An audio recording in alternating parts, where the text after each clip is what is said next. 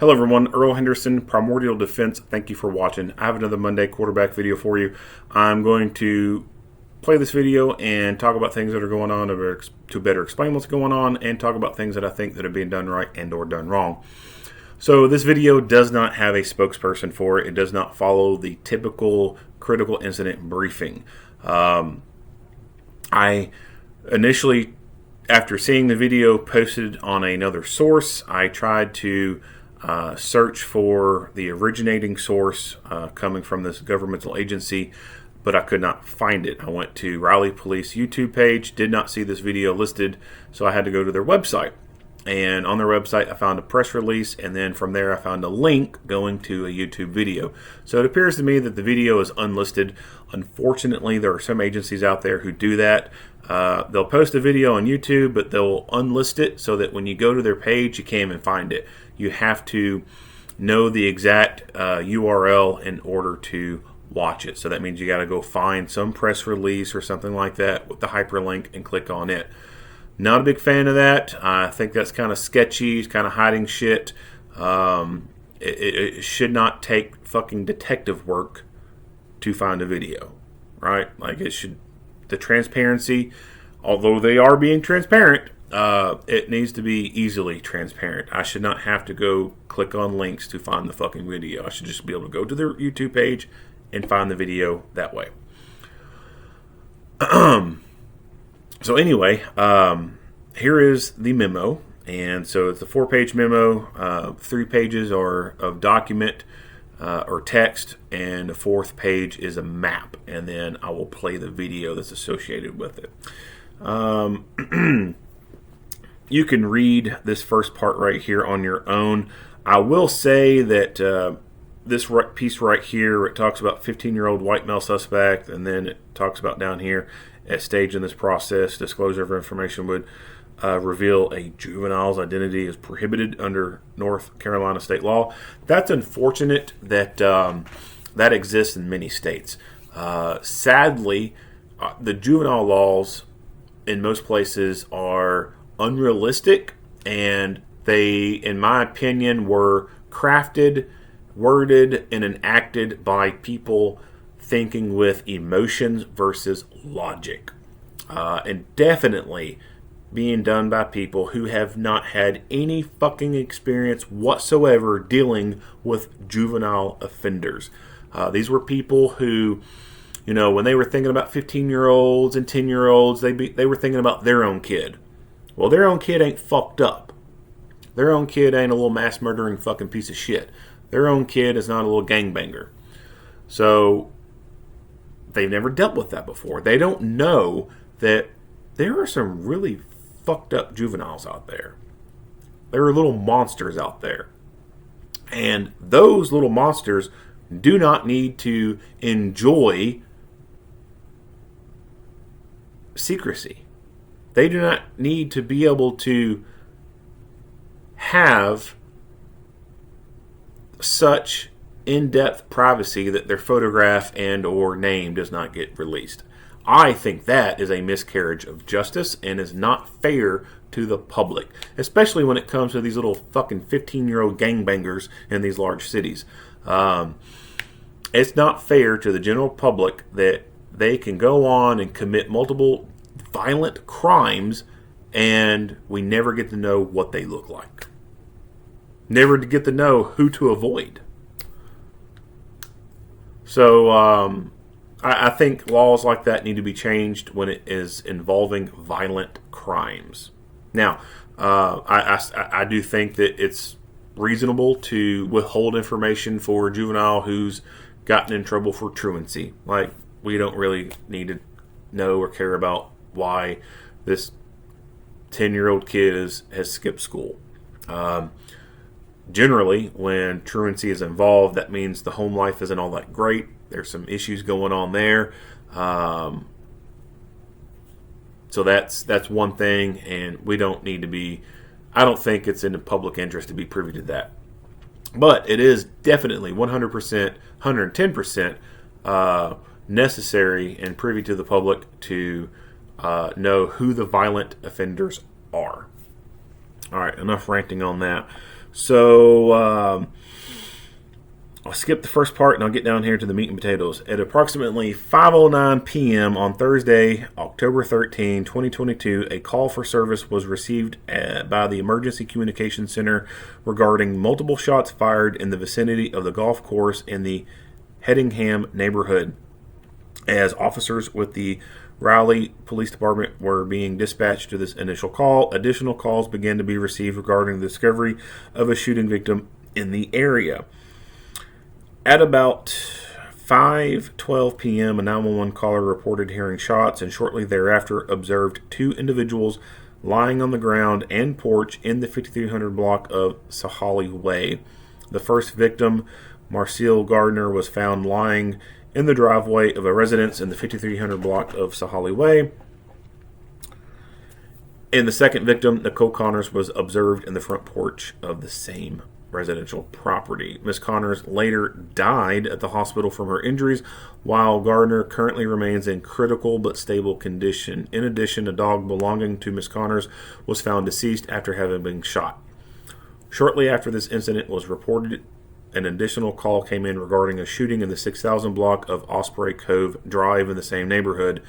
It was reported that Raleigh police officer Gabriel Torres was in his vehicle and had been shot by a male wearing camouflage clothing.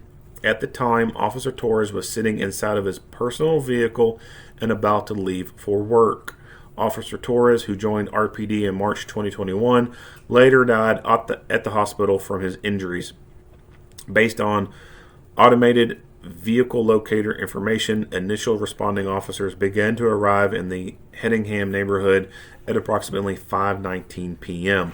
Those officers responded with blue lights and sirens operating. In subsequent calls received by ECC, the shooter was described as a young white male with a shotgun, last seen running towards the woods. A photograph of the suspect wearing camouflage clothing was obtained from a witness and disseminated to officers.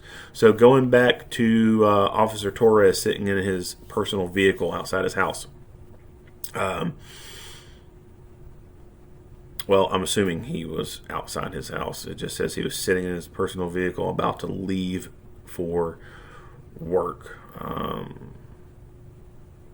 So that makes me think he's outside his house. I don't know anything about Raleigh Police Department, their policies, procedures, how they do things. No idea. Some agencies have take-home vehicles. There's a lot of agencies that do that. Raleigh Police may not do that, or because he's so new, because he started March 2021. So just because he joined in March 2021 doesn't mean, boom, he's right on the street. The academy could be about, 6 months or so. Maybe a little bit longer or shorter. I don't know how long they go. He gets out of the academy and could be on, FTO for a certain amount of time. So it's possible that, after you get off of your FTO, you're on probation for a certain amount of time. So it could be that they have it in their policy that if they have take-home cars, it may be in their policy that officers don't get a take-home car until they're off probation, and until then they got to be driving to work in their personal vehicles. Some places do it like that. This agency, like I said, I have no idea, but he's sitting in his vehicle. Doesn't mention if he's in a uniform or not. I would suspect that he probably is. Most people can take their uniforms and equipment home, and they'll get dressed there and then go to work. Did he have a police radio on him? I have no idea. Some agencies can give a take-home radio to people, and they take it home. It's theirs to keep. While they're employed, they can't keep it forever, but it's theirs to keep and maintain. And there's some agencies, they just got so many people, they cannot afford to give everyone a take-home radio, so they have to check one out when they get to work. So even if he did have a radio on him, it's not even possible that he had it turned on. He may have had it turned off. If you're not at work, why have the radio turned on? Sometimes all that chatter gets annoying, and you just want to turn it off. Was he armed? Potentially. If he was in uniform, he should have been armed. So, did he get any shots off? I have no idea. They don't indicate anything like that. It sounds like to me he was in his car, got quote unquote ambushed by this guy, and died in his car. So, I have a suspicion that, he went outside, got in his car, and he was, he could have been doing something like probably playing on his phone. He could have been texting someone, talking on the phone with someone, checking social media, something like that. That's what most people do when they're on their phone. And if that's the case, then we need to talk about cell phones and how they're like a cancer and how they create bad habits. They create bad scars, just like training scars. So if you do something repetitively over and over in training that is wrong, then under stress you could revert back to doing that thing that you did multiple times in training under some amount of stress.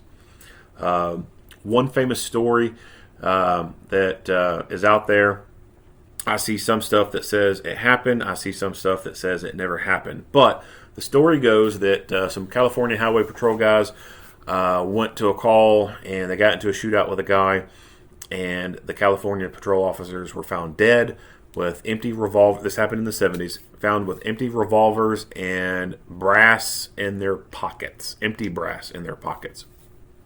And how that came to be was during their firearms training and qualification, they would open the revolver, dump the brass into their hand, and put it in their pocket. And the reason they did that is because at the end of the firearms training, at the end of the firearms qualification, you have to pick all that brass up. So they just dumped it in their hand, put it in their pocket to prevent them from having to bend, stoop, squat down, whatever, to pick up all this brass. It'd just be much easier for them to dump it in the pocket and then go back to the buckets and dump it in there. So that's a training scar. Now, like I said, I've read stuff that says that happened, and I've read stuff that says that never happened. I don't know. Wasn't there. It apparently happened in California. Nowhere near California, so that's all I can say on that. Another story that I've heard for training scars is two officers would practice some martial arts stuff, and they would practice gun grabs. So like someone pointing a gun at you, and you pull some martial arts stuff and get the gun out of their hand. They would practice that, and they would do the drill, get the gun, and then hand it back to reset the drill, and then do it again. Hand the gun back, reset, do it, hand the gun back, reset, do it, hand the gun back, reset. Well, for one of those officers, boom, real life, it happened. Gun was pointed at them, and they, bam, very quickly did what they had trained to do and took that gun away from the bad guy, but then caught themselves starting to hand the fucking thing back to them because they had done that so many times in training where they would just hand the gun back to reset the drill. Those are training scars. So when you do things multiple times over and over and over with some amount of stress there, it can be something that you do instinctively under real stress. And so when you think about things that you do every single day, that in of itself also builds scars. For example, an ink pen. If you are so used to your ink pen being on your shirt, either in a pin pocket or you got a button-up shirt and it goes in between the buttons or whatever, you just kind of click it there. If you are so used to your pen being there, at work or whatever, when you're not at work, you may find yourself, without even thinking, reaching for that spot where that pen is at when you need to sign a receipt or something like that. If you, for example, always carry your phone in your left pocket or something like that, and you've done something, you set it down and got distracted, and you hear a ding or whatever, you may instinctively, without even thinking, reach into your pocket to get that phone because it's something that you've always done time after time after time. So,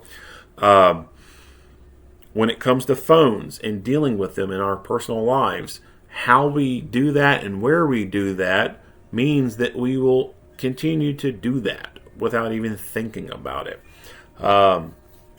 It's not safe. It's not a good idea to be playing on your phone when you're in a car that is not in gear. When you think about vehicle tactics and all that, you are most at risk when you are in the transitional phase of getting in or out of a vehicle, and when you're in a vehicle that is not running or is running but is not in gear, because you cannot quickly move off the X at that point, and you are stuck in a box that bullets can go into very easily. You just don't want to be there. So you have to retrain yourself, rewire yourself in how you handle your phone on a daily basis. You need to stop playing with your phones in the car. I know I'm guilty of it myself too. I'll catch myself sometimes doing it. I'm like, I need to put this fucking phone down. But it's something you got to strive towards. It's something I've got to strive towards, because these phones are like fucking cancer, and they're going to end up fucking be our downfall. They will be our fucking demise. And like I said, I don't know if that's what happened with this officer, if he was glued to his phone and dude came up and shot him. I have no idea. It's just a suspicion, but nothing to support that. All right, so moving on. The suspect was reported to have fled towards the Neuse River Greenway Trail. At approximately 5:21 p.m., an additional 911 caller discovered 2 more victims suffering from gunshot wounds at separate locations along the Greenway. Mary Marshall, who was walking her dog, and Susan Carnatz, who was out on a run, were both found deceased at the scene as a result of their injuries. 2 people out on a Greenway trail exercising, walking and running. When it comes to concealed carry, there's a lot of people, once they put on those gym shorts, they put on those spandex pants, they go for a walk or run, they don't take their gun with them. That's not an acceptable option to me. There are ways for you to carry your gun when you're in gym clothes. It's not that hard. Yeah, you might have to put a little bit more effort into it. You might have to buy something extra, but once you start doing it, it's not that hard.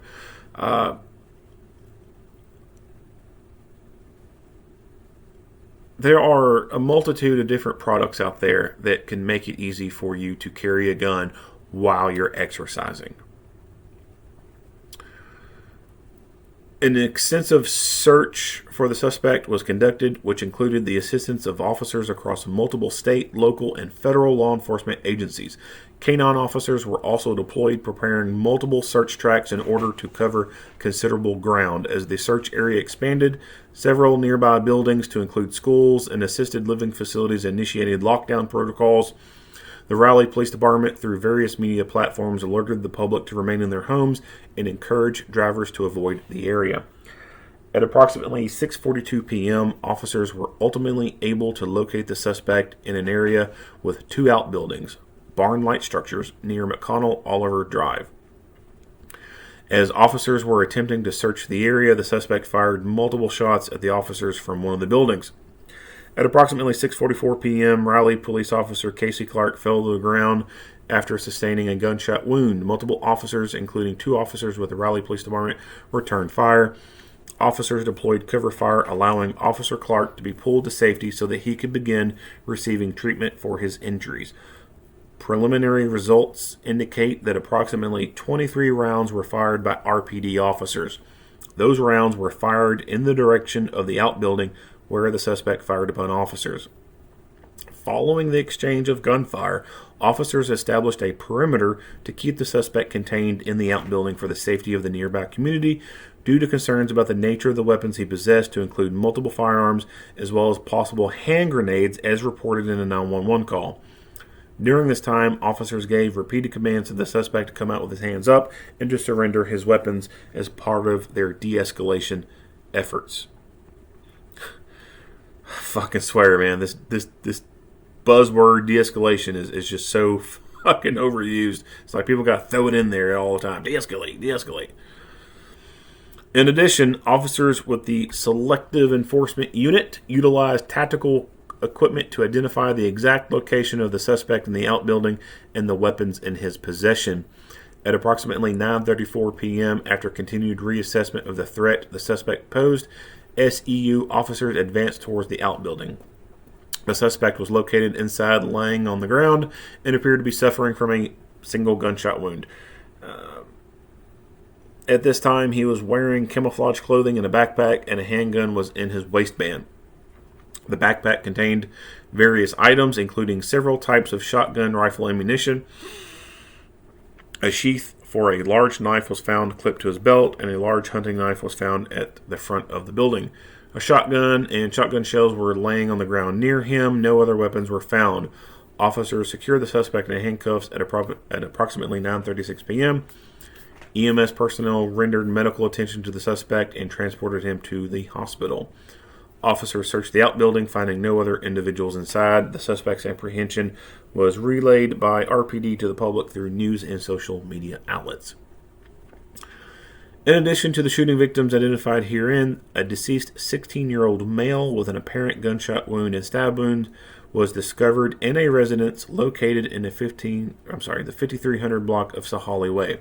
Fired projectiles were also discovered inside of a residence located in the 2200 block of Castle Pines Drive. Based on the suspect's estimated direction of travel, seen in the attached map, it is believed the victims were shot in the following order: the 16-year-old male, Marcel Gardner, Nicole Connors and her dog, Officer Torres, Mary Marshall, Susan Carnett, and Officer Clark. The collective motive for these attacks is still unknown. Based on information currently available, there does not appear to be any connection between the victims that were shot by the suspect prior to his encounter with the police other than they lived in the same neighborhood. Pursuant to department policy, Sergeant K.M. Smithy and Officer D.M. Garner, the two Raleigh Police Department officers who discharged their firearms, have been placed on administrative duty. As is standard protocol and in the spirit of transparency, the department will petition for the release of agency recordings of Smithy, Garner, and Clark, which capture officer-involved shooting. The Raleigh Police Department is limited in how much information can be shared at this time due to both the suspect's age and ongoing criminal investigation. Any new information that can be shared will be provided. The public is encouraged to report information to Raleigh Crime Stoppers. All right.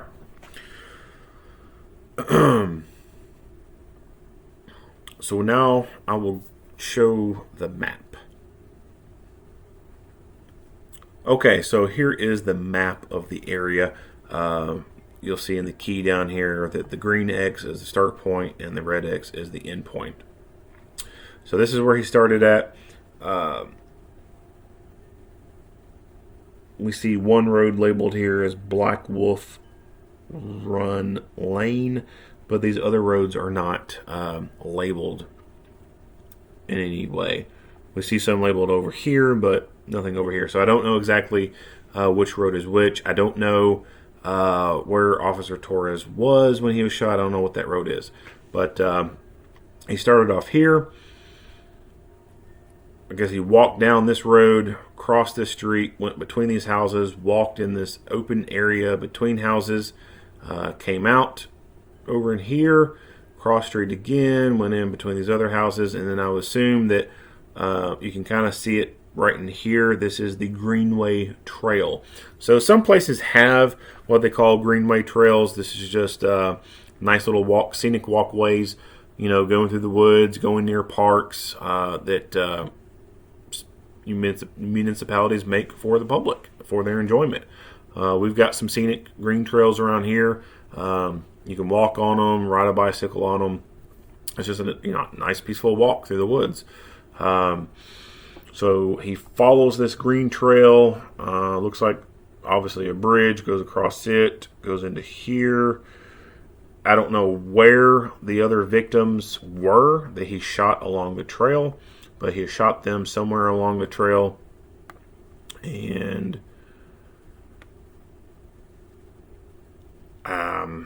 I don't know if this point right here is where the green trail ends, or if it. I don't think the map is very clear. So this could be a trail that, that it breaks off into, or it could continue on going this way. I don't know for sure.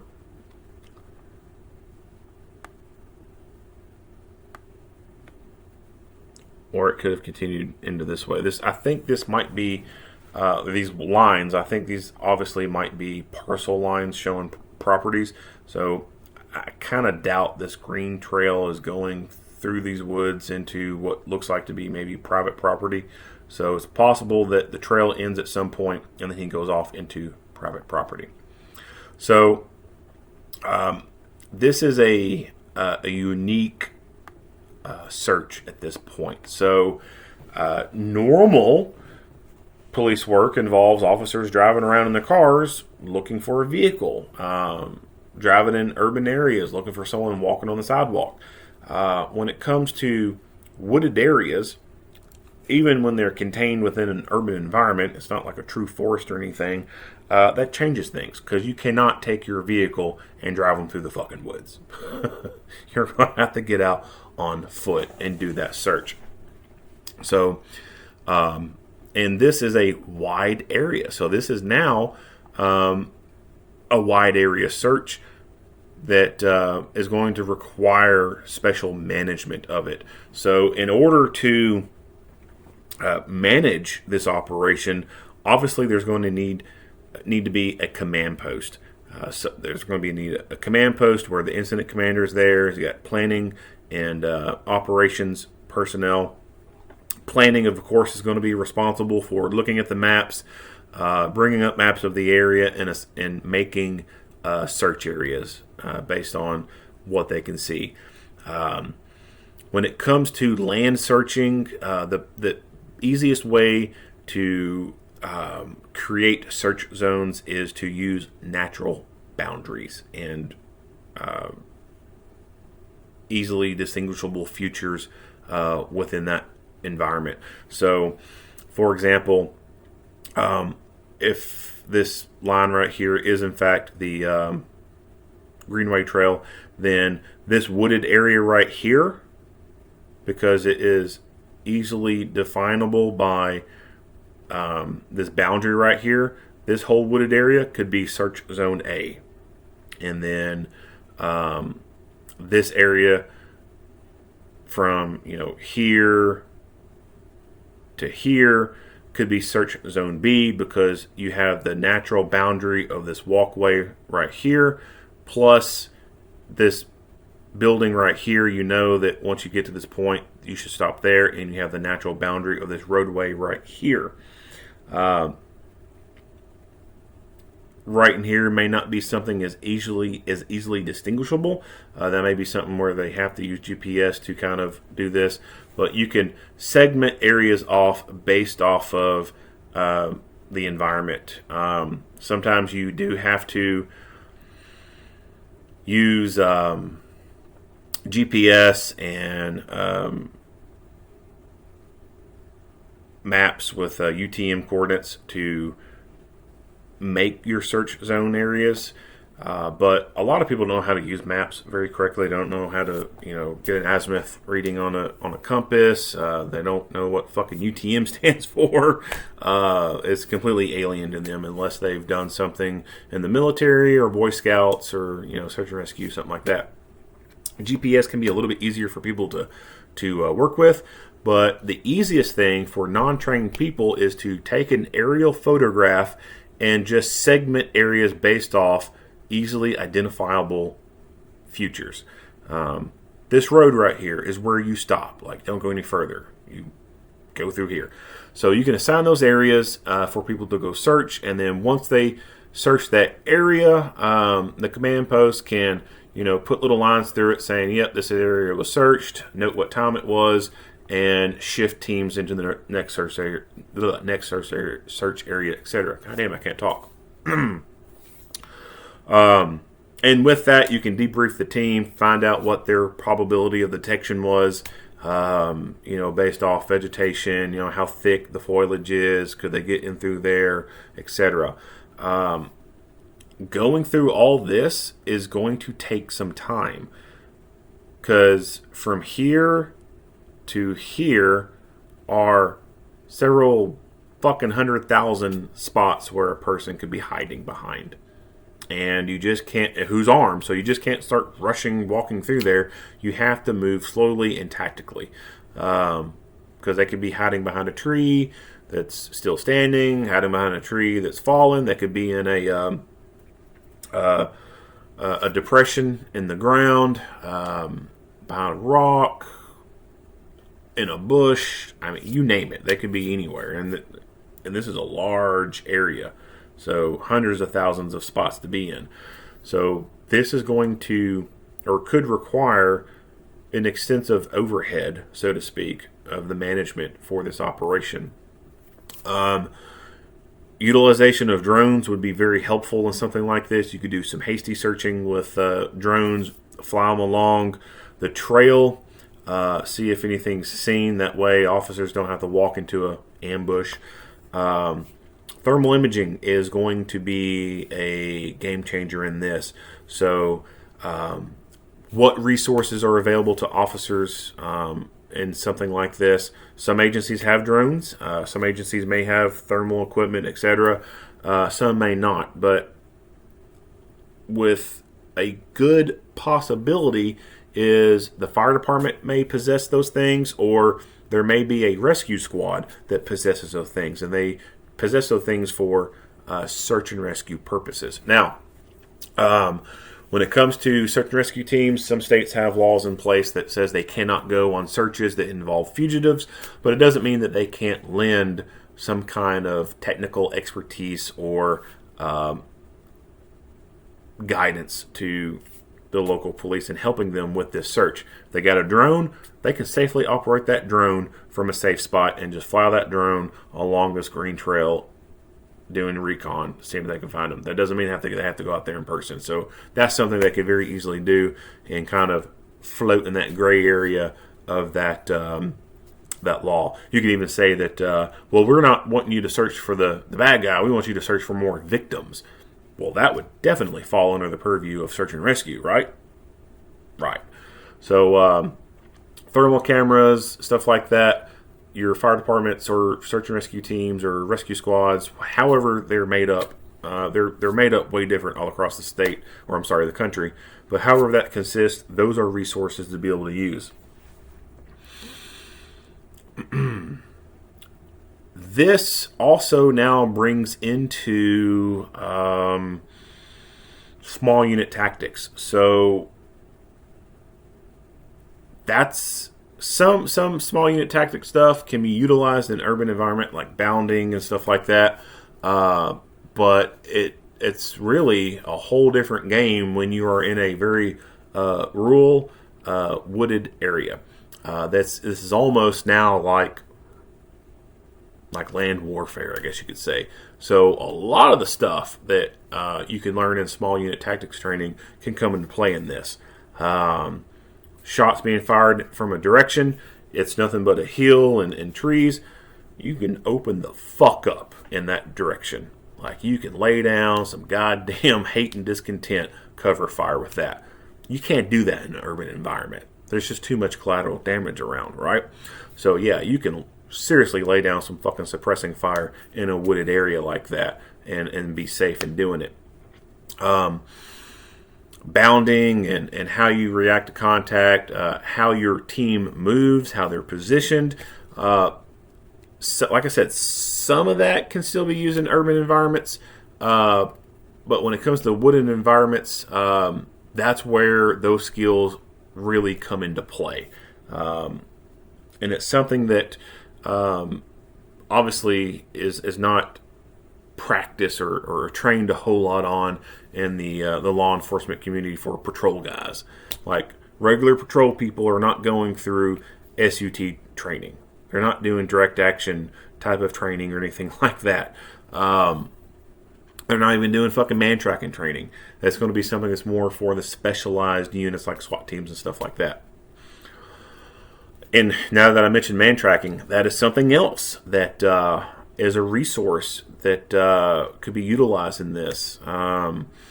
People who are trained in man tracking could be beneficial in this because they know what to look for once this person goes off trail.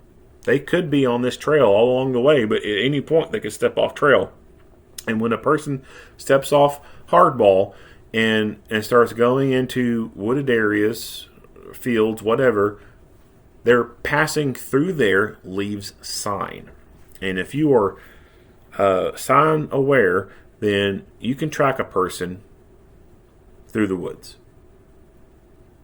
I've gone through man tracker training. I've used it before. It is a good skill set to be able to have. I'm going to have to do a video on man tracking. So I'll leave it at that. All right. So not much else to talk about what I'm seeing in the map here. So we'll jump into the video.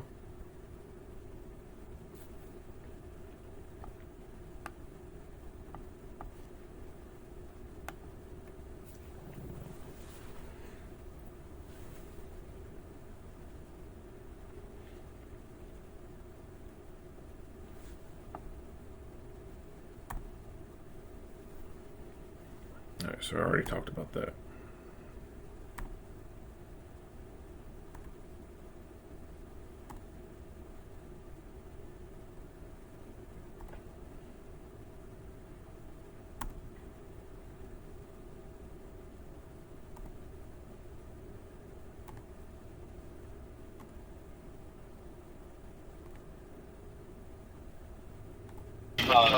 They were answering that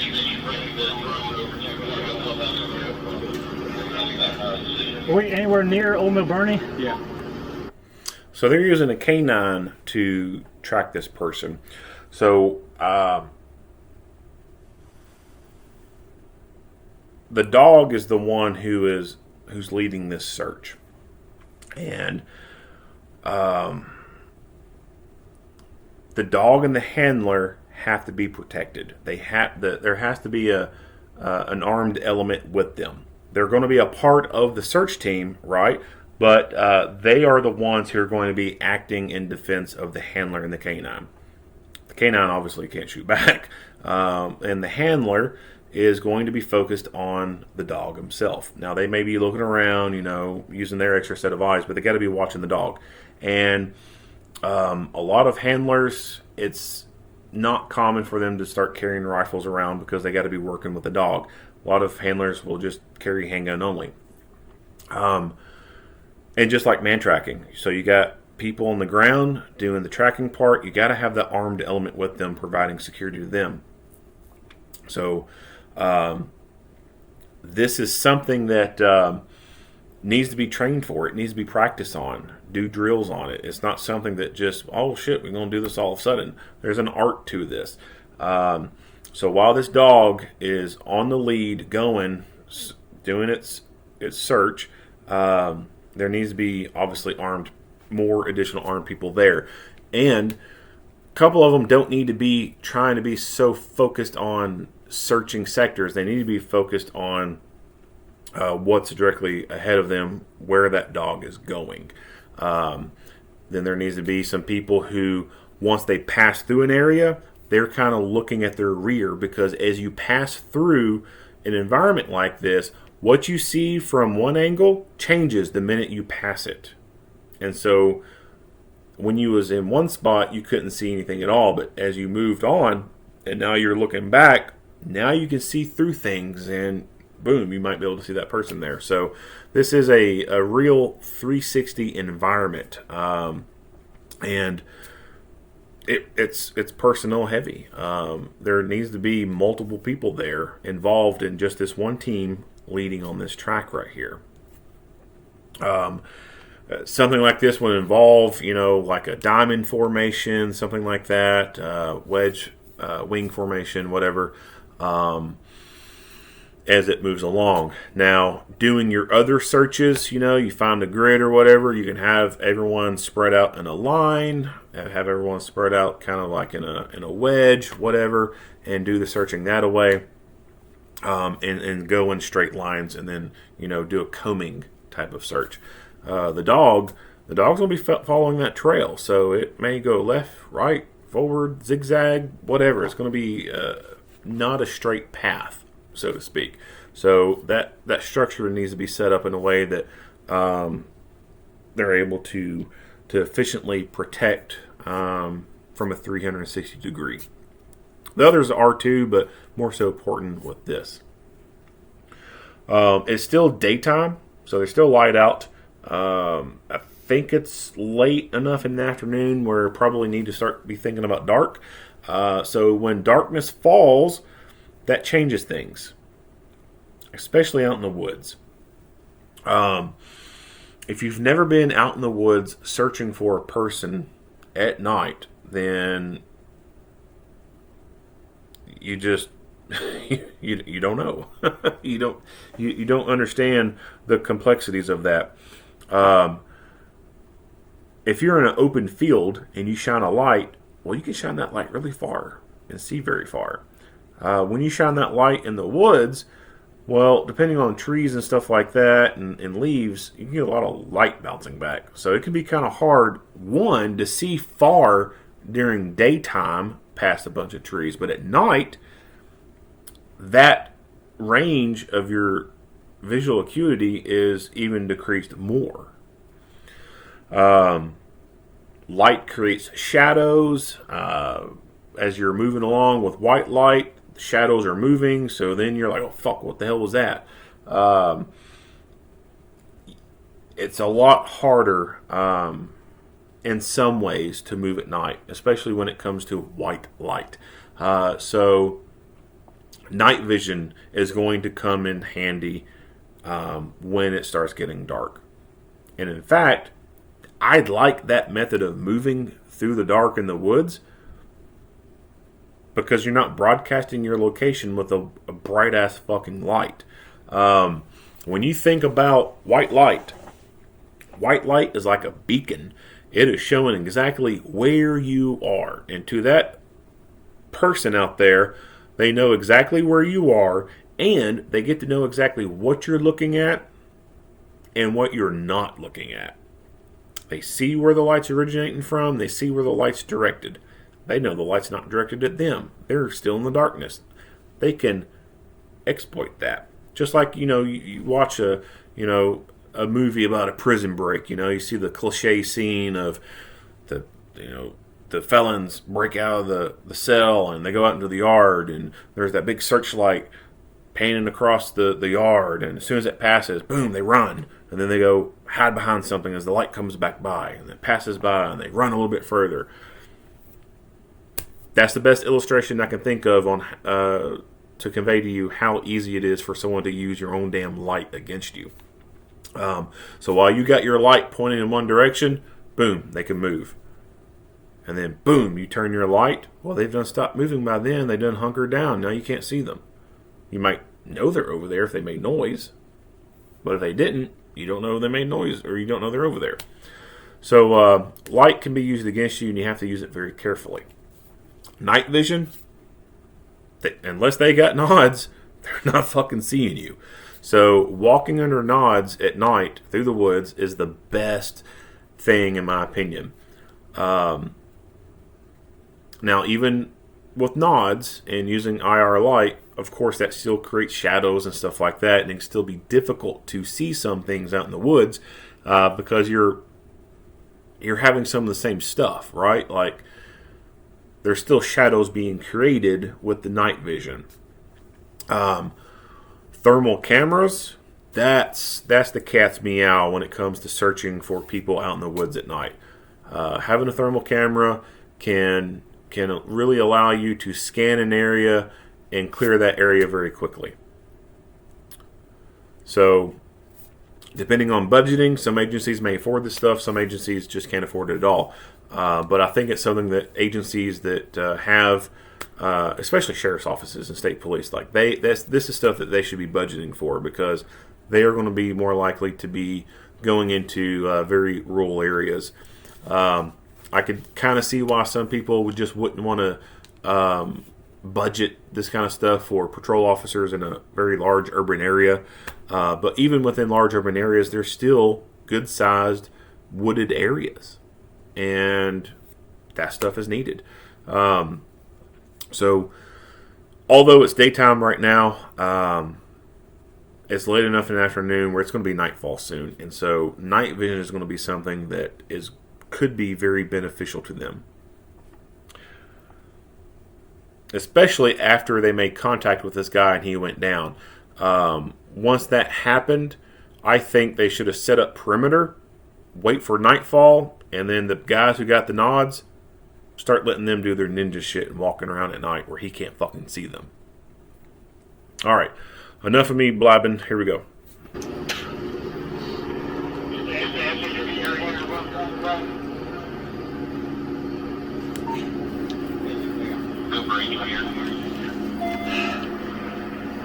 So he was doing that simple thing, and he picked up intensity here. I downed him here because we got all these buildings. Well, if I had to guess where all those cars are, that's probably Old Mill Bernie, so we're probably not far off.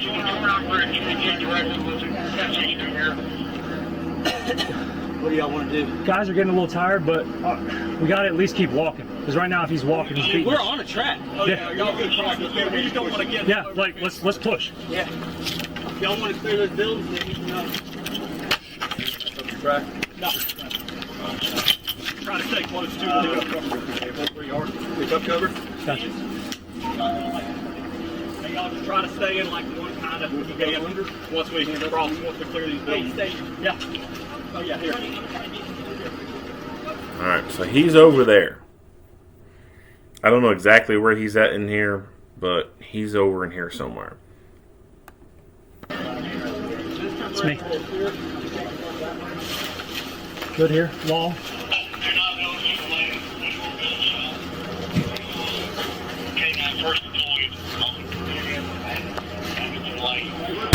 Shit!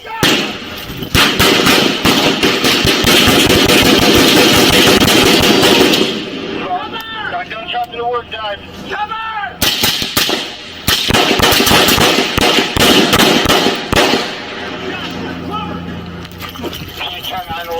Easy. You look on the ABL K913 vehicle, it's directly south. North of where K9 went in. Further south of K9 vehicle.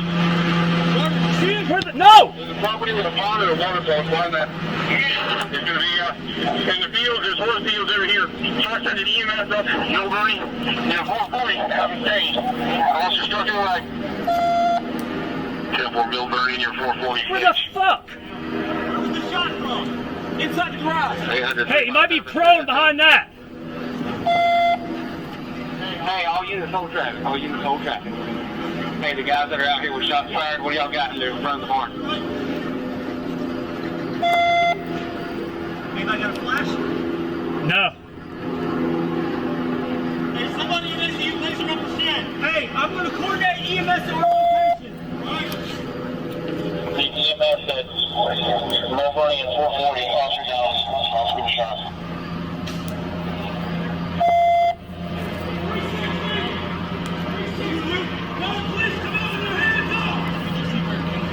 No, Sarge. EMS. Call Oliver, 1533, call Oliver. Officer shot. Get us EMS, 1033. Alright, 1099 on Oliver. I'm going to make back. See that? Okay, EMS coming.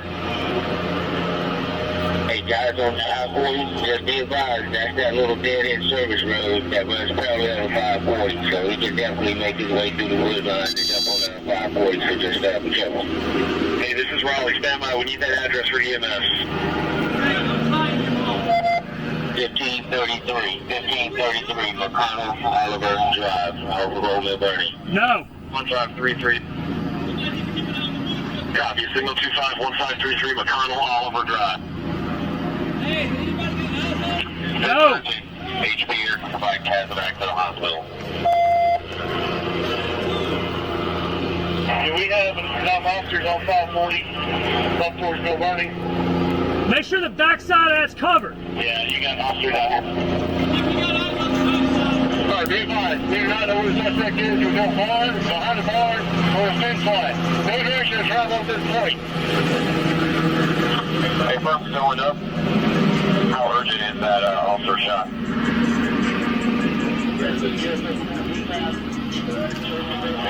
One gunshot wound to the leg, flying tourniquet. We're going to try to pull him on the backside with you, and I'll try to get your coordinates here in just a second.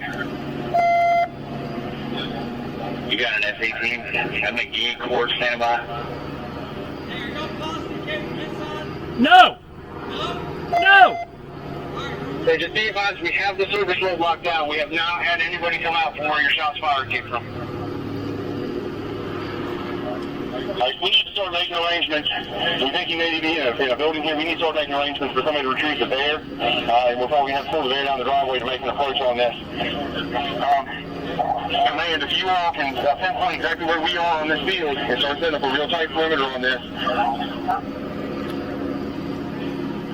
Dave, we're handling it now. The bonus is on the way with the armor. See He's something? headed to you right now. Right there. It's 1533, right? We're going to want a bear tag. Where? 5 feet left. There you go, right there.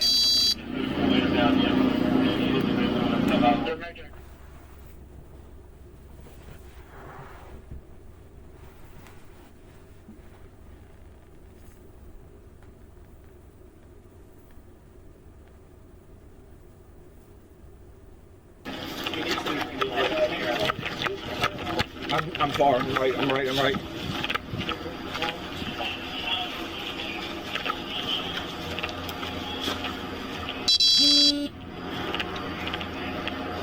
Those lights are on. Oh, fuck!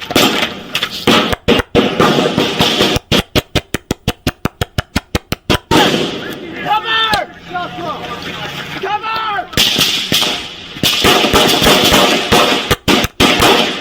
Where are the shots from? All right, where's that way? Cover! Back further! Behind cover! Where's he hit?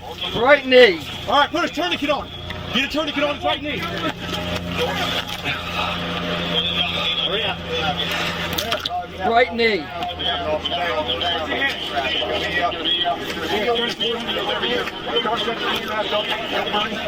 440. Have a stage. Also struck in the leg. All right.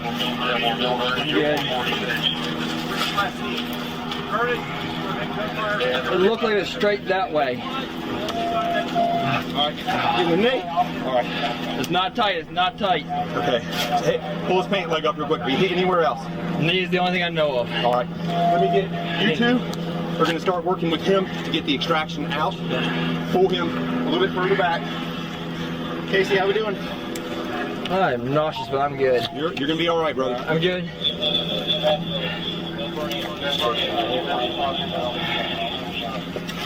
Kevin, hold there. Yep.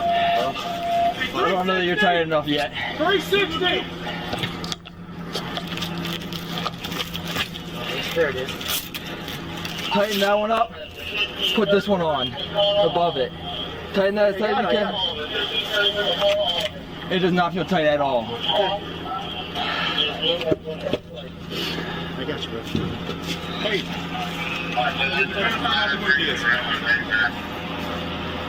It's just my knee, it's fine. Alright, here's Spoken like a badass. It's just my knee. I'm fine. Is the wound below this? It feels like my kneecap, lower kneecap. Alright.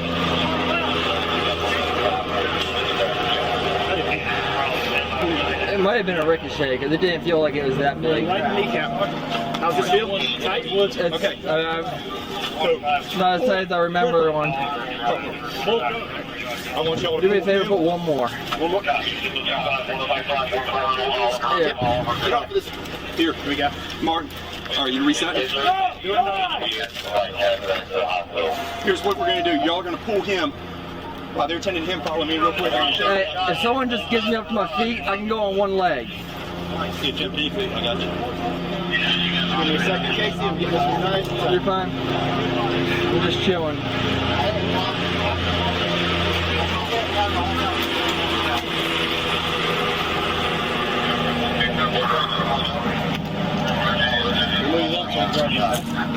You got a tourniquet on? Put a second on. You need a third? Should be good. I got one if you need it.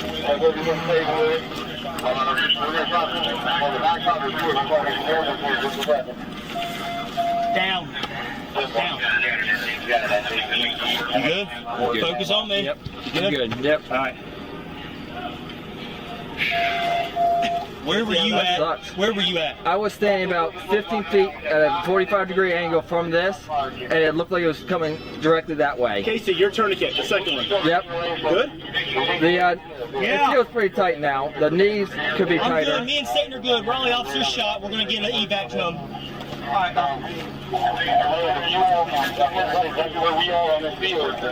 That's as tight as I can get that one. Here, All right. take him. I'm staying. Hey, Y'all gonna have to Take it off. Get up. Hey, stop. Get underneath my arms, my armpits, and stand me up. Ready? Yep. Ready? Yep. One thing just right here. Yep.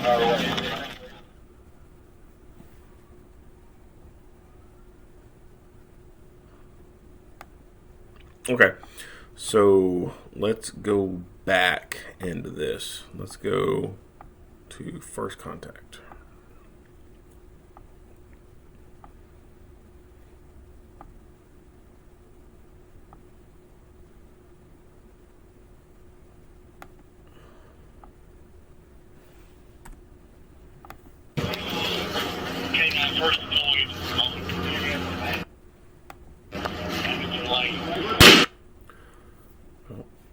Well, it looks like one guy's got nods on his helmet, so he's prepared for nighttime.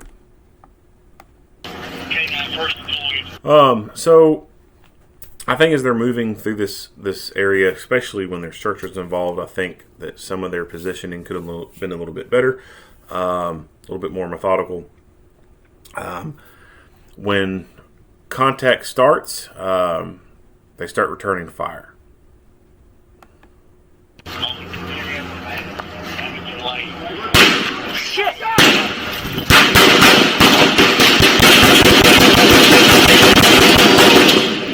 Now, at this point, when they return fire, they don't know exactly where he's at.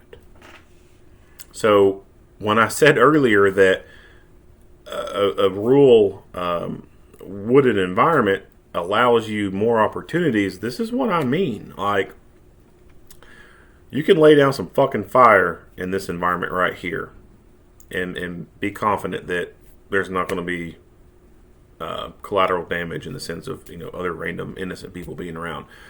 You can't really do that very well in an urban area. Those shots have to be more controlled. This environment right here, if this officer right here wanted to, since he don't know where the threat is at, he could start popping rounds right here into the immediate opening of this tree line. See if he gets a reaction. See if he sees movement after firing into that area. Same thing with here in the opening right in here of this. Fire right there into the opening. See if there's, you know, contact, you know, reaction to that, movement, muzzle flashes in response to that, whatever. So you can do that kind of stuff in a more austere environment. You can't really do that very well in an urban environment. So you're a little bit more free, so to speak, in how you react to contact out in these environments. You can really react to contact the right way when following your small units tactics type of training. Notice his light.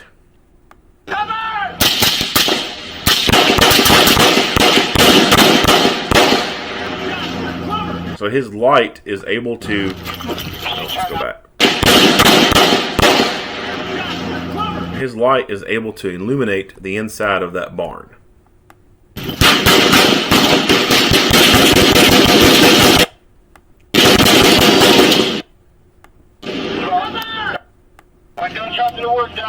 So when it comes to Weapon-mounted lights, you need all the lumens. You need all the candela, really. It's daytime. Now you may be thinking, why do you need a weapon-mounted light when it's daytime out? This right here is a good example of why you need weapon-mounted lights during the fucking day. Just because it's daytime doesn't mean that the area you're looking into isn't fucking dark. So, with a rifle light, it needs to have really good candela. It needs to be able to reach out, have a very tight beam, and illuminate the target area very well.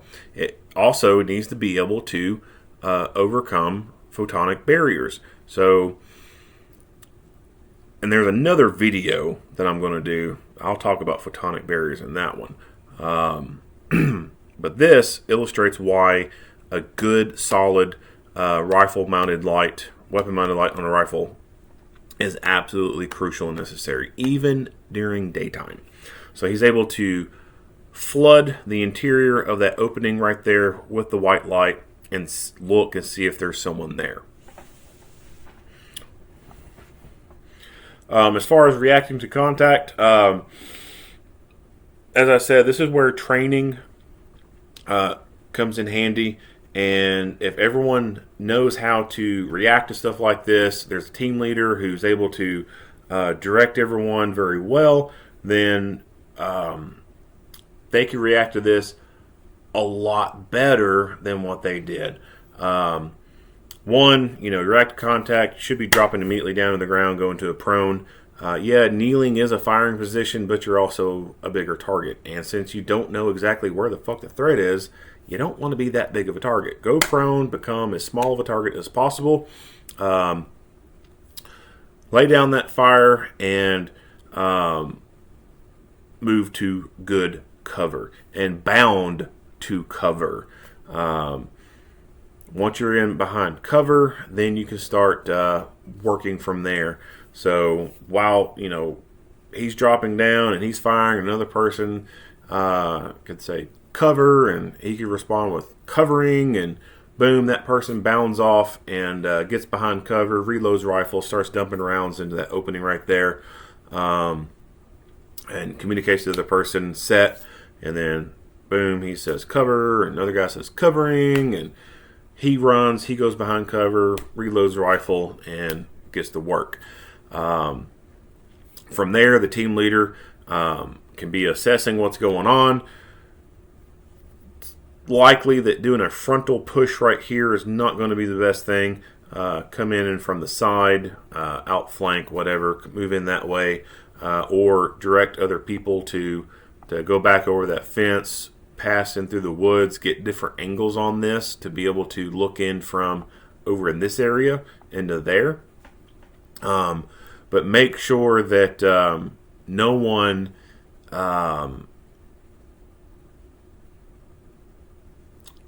is going to be positioned in a field of fire. So you can't get a 360 cover on this thing, people being surrounding all around it, or else they could be shot at by their own people. So you're going to have to be on one side of this thing, and you can still have people go a little bit further out here and be able to look in, going in this way. And if they have to end up firing, then at least when they fire, bullets are going to be going through this backside over here and then over into here.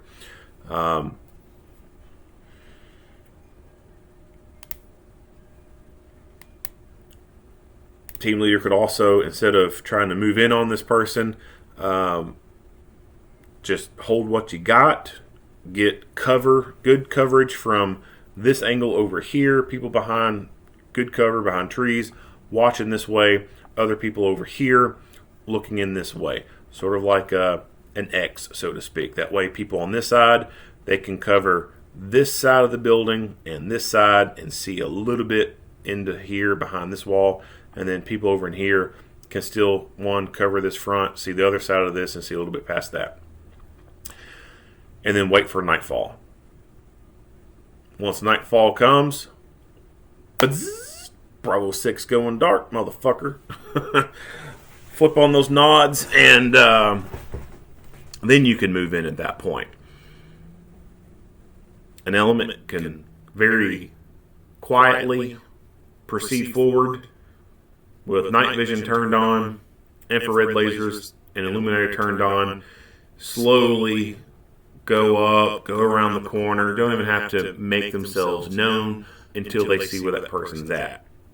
And that person's not going to have night vision, most likely, and so they're not going to know when these people are approaching. And when they get a visual on him, they got their illuminators and lasers turned on that only they can see under night vision, and they've got this dude painted with lasers, then they can break that silence. And if motherfucker wants to start shooting in the dark where he hears voices coming from, he can try that, but his ass is going to get lit up real fucking quick. At this point, the dog is out of the equation. There's no, I mean, might as well just leash the dog off somewhere, or the handler just leave completely. The dog is not going to be able to do anything useful at this point. I don't think, from a resource management aspect, that it would be a wise idea to even send the dog in. That is just an inevitable destruction of that dog. Why waste a resource like that? It would be unnecessary. So the dog's out of the equation as far as I'm concerned. And the options with that is the person who's handling the dog can either take that dog further back, leash him to a tree, or just start walking and getting out of there and put the dog somewhere else and then come back if he needs to.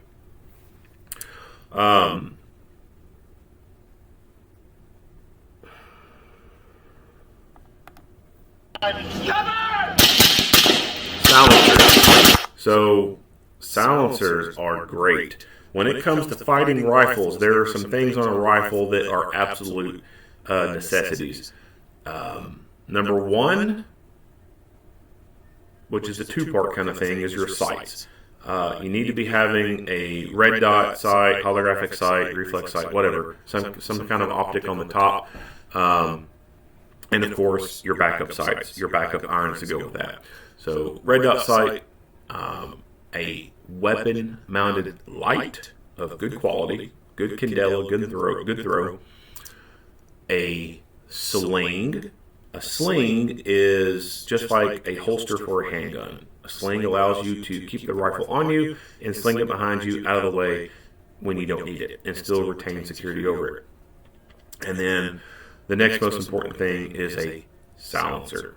A silencer is going to protect your hearing not only in the short term, but the long term as well. Rifles produce very loud noises. The sound decibel on them is very high, and it causes damage to your hearing. And repeated exposure to those loud noises in the long term can cause hearing damage to where you just can't hear very well, and you may have tinnitus later on in life, where you just have random ringing in the ears. In the short term, you're still going to incur some temporary hearing loss in the sense that it is really the ringing of the ears that occur.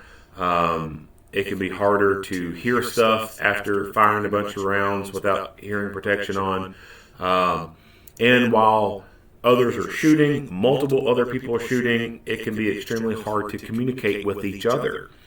If everyone's running suppressed rifles and they're shooting, you could more easily communicate out to them. So while people are shooting, laying down covering fire, you can direct people to push left, push right, whatever, and they're going to be able to more easily hear those commands, talk on radio, etc.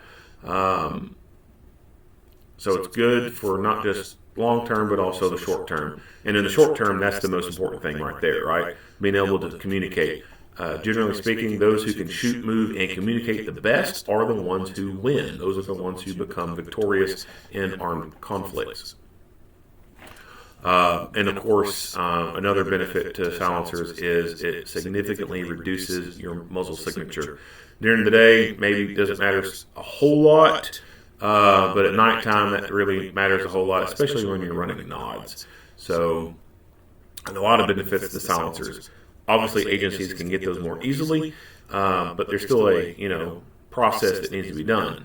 Citizens, you can get these too, but it's going to take you a lot longer to take possession of them. Silencers are controlled under the same laws that govern belt-fed machine guns. So, like a big 50 cal belt-fed machine gun, the same laws that control that also control silencers. So that means you gotta be fingerprinted, have a passport quality photo, have a big old background check done on you, pay a tax stamp for it, and wait about a fucking year before you could ever take possession of it.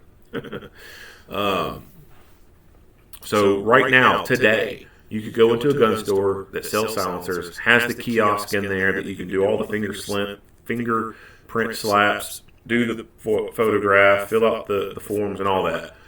Go in, pay for it, do all that shit, and it's going to be about a year before you could ever take that silencer home with you. In the meantime, it has to sit at the gun store. People refer to this as NFA jail. NFA being National Firearms Act, which is that law I talked about. So it has to sit in the safe at the gun store for about a year. Some people get lucky, like really lucky, and they only have to wait a few months. Some people wait close to a year. There's some people who wait over a year. I'm a part of this NFA group, and there's some people who talk about there's going on year fucking 2 while waiting to take possession of NFA items. It's bullshit, but you can still own these things, and I would highly recommend getting them. The only reason they're called silencers is because that's what was on the patent when they were invented, and thus that's what goes on government paperwork. They don't really silence anything at all. They're just more like mufflers for a car. They suppress the noise, and that's what a lot of people call them. They call them suppressors. Suppressor is a more logical name for them, but it's just not the technical legal name for them.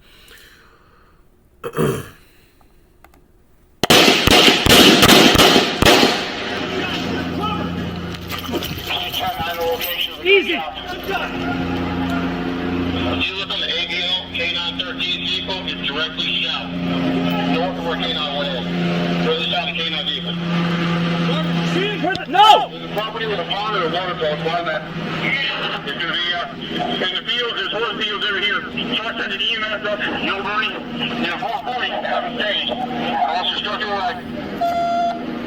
So even behind this tree, Where the fuck? Where was the shot from? Inside the garage. Hey, he might be prone behind that. So even behind this tree, a kneeling position is not the greatest thing because you can still be presented as a target. And he's super up close to his cover. During the daytime, you do not want to crowd your cover. You do not want to be super close to it. You want to be set back away from it.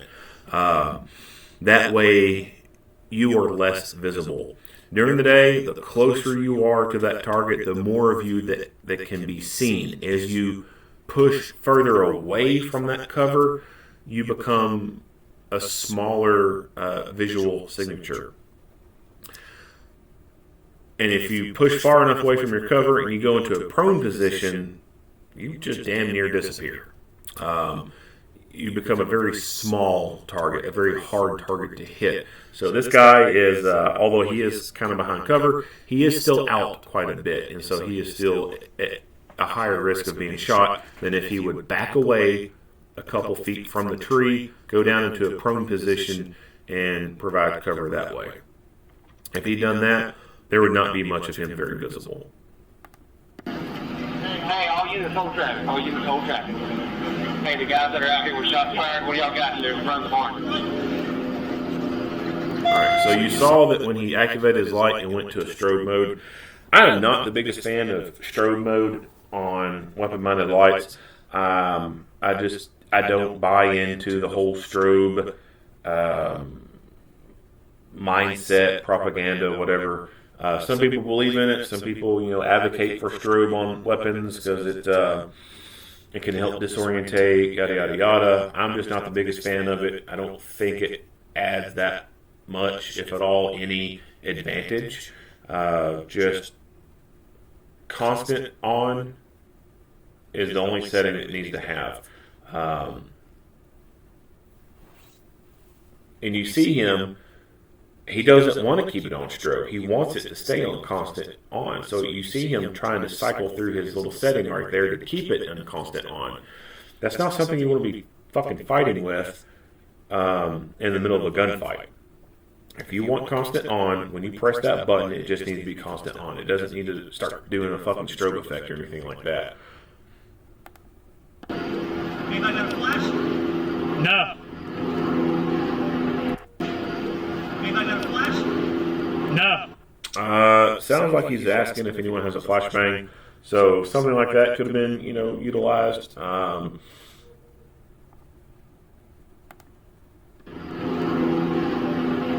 somebody in this EMS represent. Hey, I'm going to coordinate EMS to our location. The EMS at Melbourne and 440 Officer Dallas, hospital shop. You see him activate a laser. I don't know what he's running on the gun, but gets that laser activated and utilizes it. Lasers during daytime, I mean, unless you're doing shield work, that's the only benefit to a laser. Other than that, nighttime under nods is realistically, to me, the only time lasers need to be utilized. In this setting, you got your red dot sight looking in through it, and you got your white light turned on, illuminating that area. Use your red dot to find your target. There's no need to be trying to use a laser or fishing with the laser or anything like that. Leave the laser for nighttime with infrared.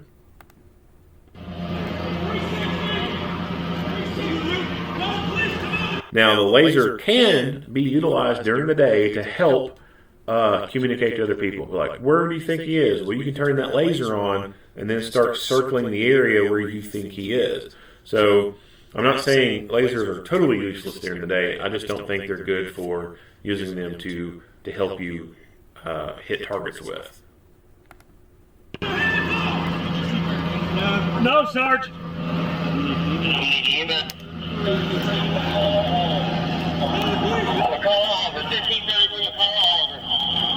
Officer shop. Get it, EMS. We'll skip forward back. EMS coming. Hey, guys on the I-40, just be advised, that's that little... I'm far. I'm right.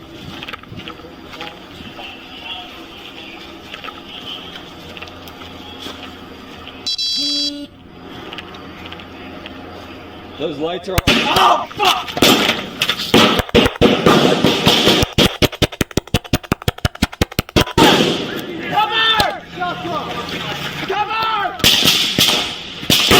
So this guy, he is pointing his rifle in that direction.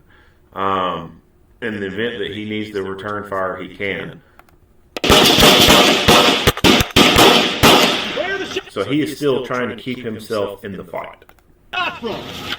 All right, where's That way.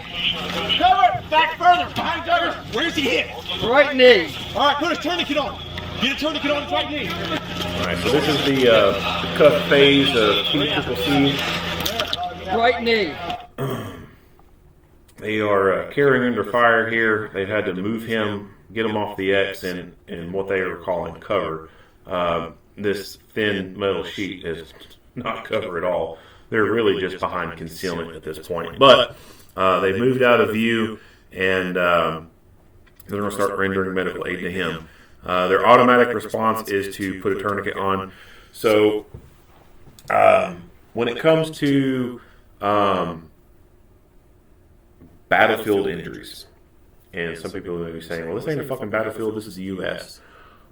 When we talk about T-Triple-C, that is derived from evidence that is collected during battles, during warfare. And since the late 90s, when this was kind of incorporated and really fine-tooth refined during the Iraq and Afghanistan wars, we know what is the leading cause of death in armed conflict. Number one is massive hemorrhaging. That's what most people die from.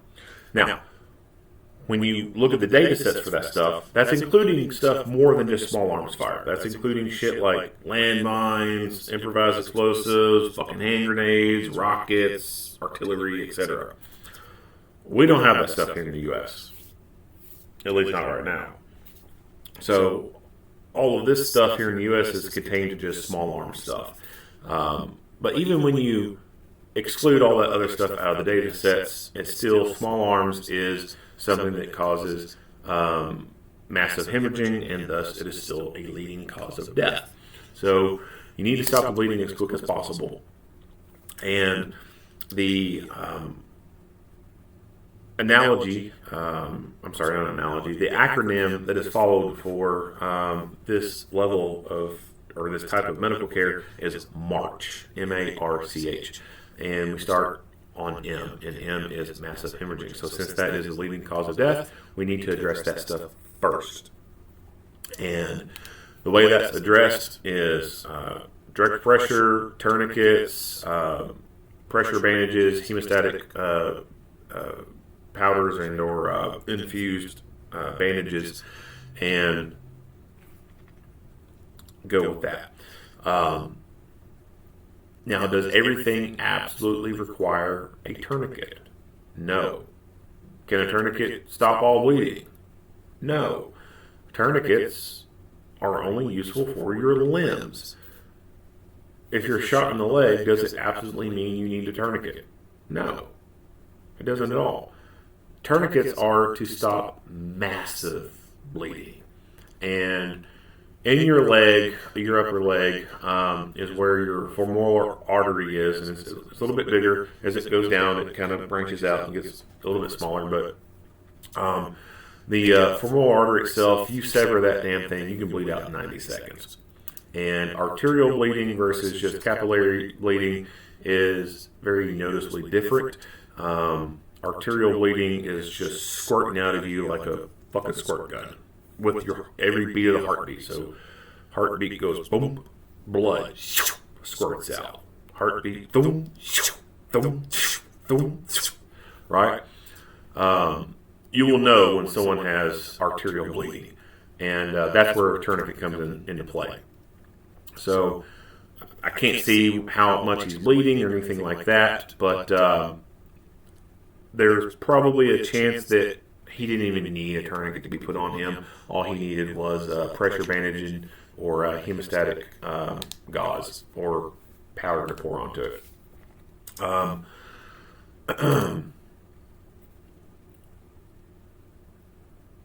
This type of care requires the equipment and the knowledge on how to do it. Most agencies will provide, at bare minimum, CPR AED first aid training. The CPR AED stuff is useful when it comes to cardiacs and stuff, but the first aid aspect of it, I don't think it's worth a damn. And I just don't think that the material goes in depth enough to make anyone good at anything. I've taught American Heart CPR AED first aid, BLS, and I've taught American Red Cross CPR AED first aid. The first aid stuff in both of those it's just not that great. It's watered down basic first aid stuff, and since it's so watered down and broad, it will go into it'll talk about scene safety, which is an important thing to know.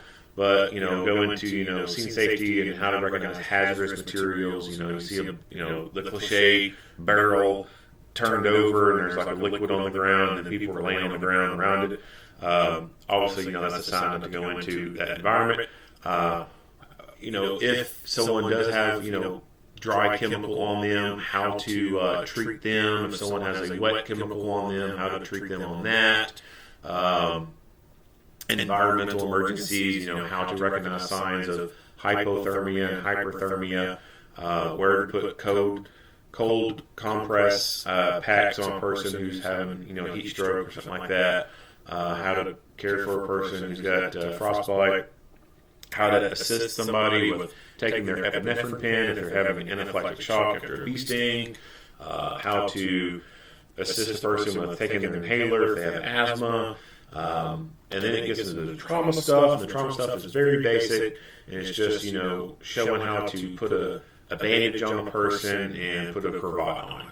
That's it. There may be a mentioning of a tourniquet, but there is no in-depth training on how to apply that tourniquet or anything like that. So it's useful information, but it's not very useful information. It's useful for a little basic shit, but when it comes to real shit, doesn't really help. And a TCCC TACMED class is what is going to be most beneficial for people to have. And the way TCCC is done is a little bit different than how regular EMS is done. Regular EMS will follow ABCs, airway, breathing, circulation. With TCCC, you start with the massive imaging first. That's what you address first right there. Then you go into airway and respirations and circulation. So that requires money at that point. To have someone come in and do a class like that, to do the repetitions on things, it's going to cost a little bit more money than probably what it would to do just a regular CPR AD first aid class. The equipment can be carried in just a regular little IFAC pouch. It doesn't take up a whole lot of space. So in this context of what they're doing, they should be having plate carriers and stuff like that on. So with that, there should be, an IFAC on that in and of itself. Just being in regular patrol uniform, you can still have some of those components of an IFAC, and it still not take up a whole lot of room. You can have a medical ankle holster that could hold a pressure bandage, tourniquet, nasopharyngeal airway, compressed gauze, stuff like that. And it doesn't take up a whole lot of room, doesn't print a whole lot or anything like that. And if you carry an ankle gun, then there's no reason why you couldn't carry a medical ankle holster. You can get a very small kit called a VOC, V-O-K, ventilated operator kit, pocket VOC, and it can go right in your pocket, no problem whatsoever. So there's different ways of carrying this stuff. There's really no reason why you shouldn't be carrying some form of that type of trauma gear. You can even go so far as to carry just one item, and that be a tourniquet. If that's all you carry, cool. At least you're carrying just that. Is something like this, aside from everyone having their own IFACs, I think it would be most important that an actual trauma bag be carried with the team itself as they're moving through this area. They're going to be in an area that is going to be harder to reach by an ambulance. An ambulance just ain't going to be able to fucking pull up and throw them in there. They're going to have to move him from point A to point B to get to that ambulance. And he was lucky enough to be able to get up and move under his own power to some extent. What if he had become unconscious at that point? Well, now you're going to have to devote personnel to carrying his ass out of there and getting him to that ambulance to get him out of there. So that means all the care that you're going to be providing to this guy, you need to have the proper equipment for it. You're going to need a trauma bag that has a bag valve mask in it. You're going to need some more additional medical equipment in there to help deal with their injuries. You may even need a litter, a collapsible, foldable litter that rolls up into, like a stuff pouch almost, and then you unravel it, and you can put the person on this thing, take 4 people, maybe 2 at minimum, grab the grab handles, and then carry the person out. Or if you have limited personnel, you could have some webbing inside this kit and put them in the litter. Use the webbing, keep them strapped in there, and then make a drag handle out of that webbing, and basically one person is dragging them through that environment like a sled dog to get them from point A to point B. So when it comes to these type of operations, yeah, you're going to need a way to carry more medical gear in there, because you are now isolated. You're in a more austere environment. It's a whole different ball game. It's, even though they're dab smack in the middle of a city, they still have such a large wooded area that they're in that it's almost like being out in the forest in a way. And so you have to carry some additional things as you're moving as a team through an environment like that.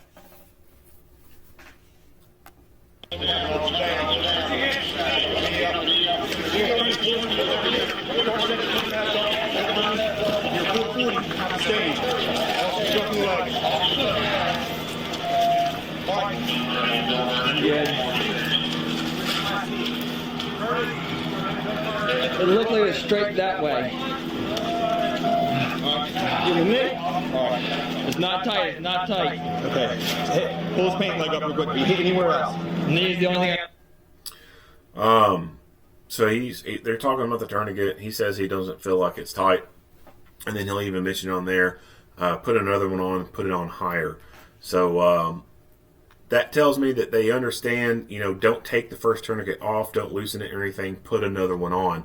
So that tells me they've been through some level of training on using this stuff. No. All right. Let me get, you two are going to start working with him to get the extraction out. Pull him a little bit further back. Casey, how we doing? I don't think there's...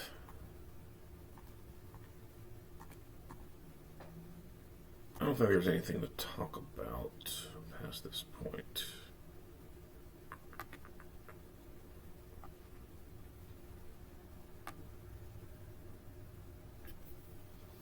There's a lot to talk about in this video. I may have missed something, but as far as I know, that's it. If you like what you hear and see, go ahead and give me a like and a share. If you have not already, hit the subscribe button and stay tuned for more Monday quarterback videos. Earl Henderson, Primordial Defense. Thank you for watching.